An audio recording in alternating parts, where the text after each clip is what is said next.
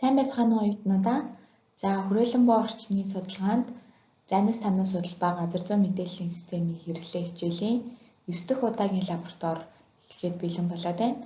За энэ удаагийн лабораториор шинж чанарын мэдээний ангилал буюу нэрлсэн, эрэмблэгдсэн, шаталбарт хамаарсан өгөгдлүүдийн онцлогийн талаар авч үзнэ.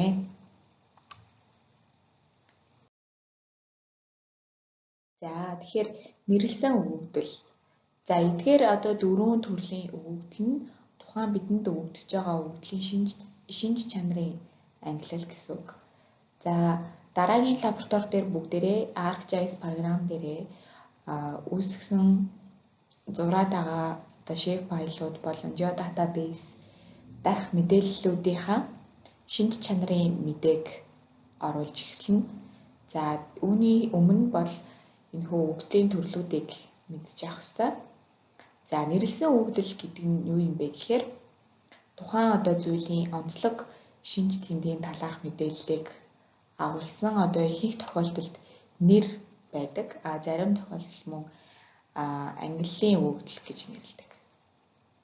За жишээлбэл бид нэр ArcGIS програм дээрээ голыг зурж байгаа тийм үү? Тэгвэл голынхоо одоо шинж чанарын мэдээг оруулахдаа голынхоо нэрийг өгөх нь. За тэгэхээр голын нэр нь нэрлсэн өгөгдөл болох нь. За эрэмблэгдсэн өгөгдөл. Эрэмблэгдсэн өгөгдөл нь болохоор тухайн одоо зүйлийн дараалал бүхий мэдээллийг агуулна. За энэ төрлийн өгөгдлийг ашиглан математик тооцоолол хийх боломжгүй, зүгээр л одоо багаас нь их рүү, ихээс нь бага руу багцлж ингэж эрэмбэлдэг мэдээлэл. Жишээлбэл айл өрхийн сарыг орлогоор нь бага, дунд, их гэж багцлж ангилж болно. Гэхдээ математик тооцоолол хийж болдоггүй гэдэг нь юу гэсэн үг юм бэ гэхээр одоо бага, их бүлгүүдийн хооронд нь харьцуулах боломжгүй.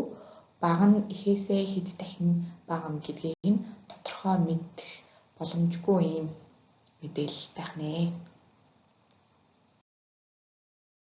За шаталбарт өгөгдөл. За энэ нь болохоор тухайн зүйлийн тоон утгыг агуулсан бөгөөд шатлсан хэлбэртэй байна. За үүн дээр бол математик тооцоолол хийх боломжтой хэдий ч арифметик тэг гэсэн утга байдаггүй. Тэгэхээр үйлдэл хийж болдоггүй зүйл. Жишээлбэл агаарын температурын тэг градус гэдэг нь огт ямар ч температур байхгүй гэсэн үг биш. Зөвхөн тэгээс доош бол хүйтэн, тэгээс дээш бол дулаан гэдгийг ялгах тийм зааг болсон мэдээлэл. Тэгэхээр энэ нь өөрөө шаталбарт өгөгдөл бол гэсэн үг. За сүүлийн өгөгдөл хамаарсан өгөгдөл. За энэ хамаарсан өгөгдөл бол маш түгээмэл одоо бидний үүсгээд байгаа geodatabase-ийн шинж чанарын мэдээнд ихээр ашиглагдана. За энэ нь болохоор тоон утгыг агуулах ба үүнд бүх төрлийн математик тооцооллыг хийх боломжтой. За жишээлбэл орон зай, цаг хугацаа, урт, эзэлгүүн гэх мэтчлэн бидний сайн мэддэг энгийн одоо хэмжигдэхүүнүүд гэсэн үг. За эдгээр одоо өгөгдлийн төрлүүдийг та бүхэн ойлгож авснаар дараагийн лаборатори дээр өөрсдийнхөө үүсгээд байгаа geodatabase доторх мэдээллүүдийн шинж чанарын мэдээг үүсгэж дотор нь ангилж ялгаж чаддаг болох нэ гэсэн үг.